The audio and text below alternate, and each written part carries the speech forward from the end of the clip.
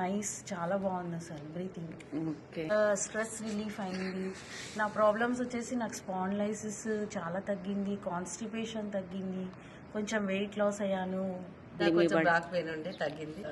జైన్ అయినప్పుడు కొద్దిగా షుగర్ నా బార్డర్ వచ్చింది అన్నారు, కానీ అది నార్మల్ అయిపోయింది. ఇప్పటి వరకు ఏ ఇష్యూస్ లేవు. లెగ్ పెయిన్స్, హీల్ పెయిన్స్ ఉండేవి, చాలా హీల్ పెయిన్స్ తగ్గాయి.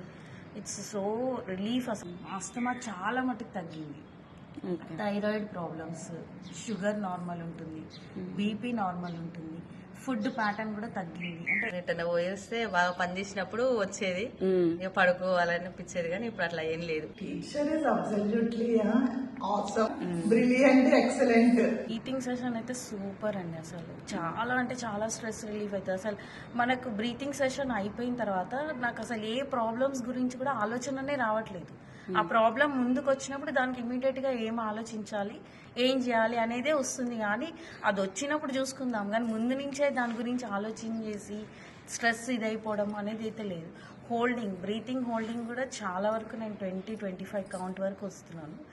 30-35 వస్తానేమో ఫ్యూచర్ లో, చూడాలి.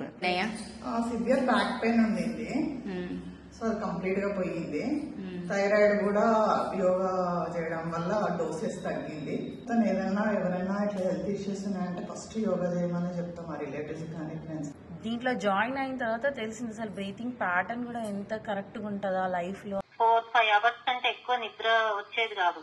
కొంచెం బెటర్ గా పడుకుంటున్నాం మ్యామ్.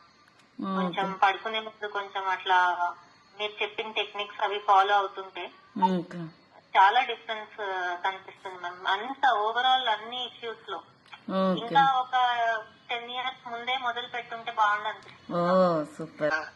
స్లీపింగ్ ఏ టైం అయినా పోయి బ్రీతింగ్ లాగా అనుకుంటూ మీరు చెప్పిన ఎక్సర్సైజ్ ఫాలో అవుతూ స్లీప్ చేస్తే స్లీపింగ్ లోకి వెళ్ళిపోతున్నాను ఆటోమేటిక్ గా.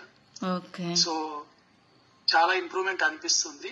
సో ఇట్లనే కంటిన్యూ చేసి ఇంకా మంచి ప్రొలాంగ్ గా చాలా రోజులు చేయాలని అనుకుంటున్నది లైఫ్ లాంగ్.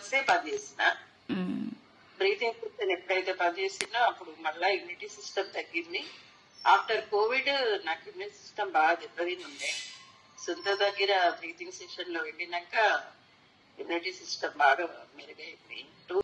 బ్రీతింగ్ సెషన్ ఎప్పుడైతే 2 months పనిచేసిందో ఇమీడియట్ గా సిక్ అయిపోయినా. అంత పవర్ఫుల్ బ్రీతింగ్ యోగా, దానికి నేనే ఎగ్జాంపుల్. ఇమీడియట్ గా జాయిన్ అయినా. బ్రీతింగ్ సెషన్ ఇస్తున్నందుకు సొంత గారికి థ్యాంక్స్.